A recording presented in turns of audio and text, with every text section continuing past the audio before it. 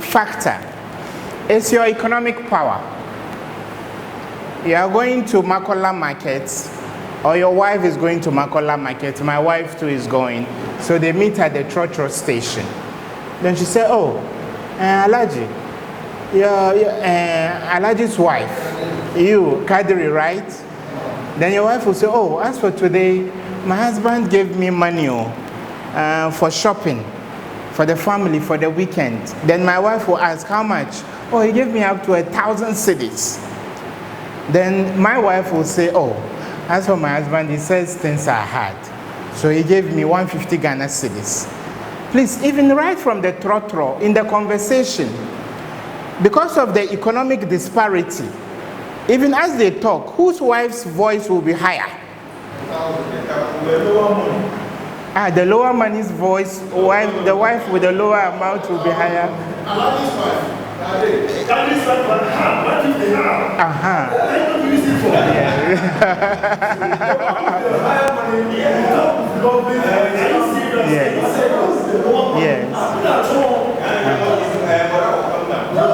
Yes.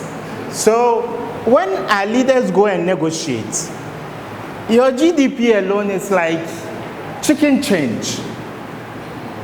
It's like money the big nation can just throw away as they want. So as they talk, you have to do what?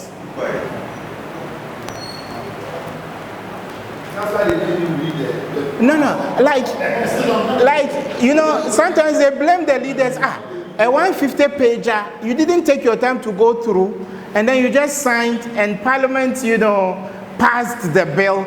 But the question is, after even reading, getting to do the deal helps you in your own understanding or estimation better than the people saying we won't give you the deal again. It's like someone who has done your national service and you are looking for a job for 5 years. You've been sending, dispatching application letters, nobody has even called to ask you for an interview. Then immediately you have a number, and you know those times when we're looking for jobs right after school. Anytime the number was 0302, a landline, the feeling was that you could be coming from the companies you had applied to. Then they call you and say, "Oh," they determine what happens. Because your views on the international stage are as good as the cash you have or the economic power you have as a country. So economic power is a factor that affects foreign policy. Then regional or global power structure. This has to do with how the big powers align with each other. That will also inform how you relate with them. You know, some act like jealous wives or jealous husbands. That is when you have a multipolar system where you have three or more nations. They are powerful enough, they can all give you the loans you want, and they may give you different, interest rates or terms. So you can decide to raise a bond in the American market. But China also says you can raise a bond with us. And Japan says, "Oh, you can raise a bond with us." That way, as a third world country, you have some flexibility. So you may decide more and more assertive. So nations may have options in terms of their foreign policy decisions. So as a leader, no matter how passionate you are about nationalism, Pan-Africanism, sometimes you have to test the temperature in terms of the global power structure. If not, you'll be cut into pieces. Your ambitions will be cut short. And there are so many examples to show for that. Please, is that point clear? And then finally, on the factors, ethnic or cultural ties, cross-border relations.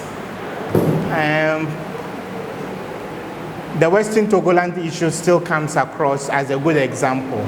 Some felt that our decision should have been, we should go hard on the guys. But when you shoot somebody, chances are the person has blood ties from across the borders. So you would have been internationalizing the conflict. So you would have Togolese people who share the same ethnicity with the people you have killed coming to Ghana to fight. America is withdrawing from Afghanistan after 20 years. Why? The Afghan conflict is a complex mix of all these. Because the people they are fighting in Afghanistan, some have got cultural ties to Pakistan. So you would find, even the one who was accused of perpetrating 9/11, he wasn't killed in Afghanistan. According to them, where was he killed? He was killed in Pakistan. So ethnic and cultural ties that run across border lines will determine how you tackle foreign policy issues. Because we are all one people. The border demarcations are artificial. Yes, we are all one people. And so you have to take into cognizance that people have lived together for so long. And it also brings to mind my brother in Lacoste, the point you raised about Prof. Mills, former President Mills' foreign policy decision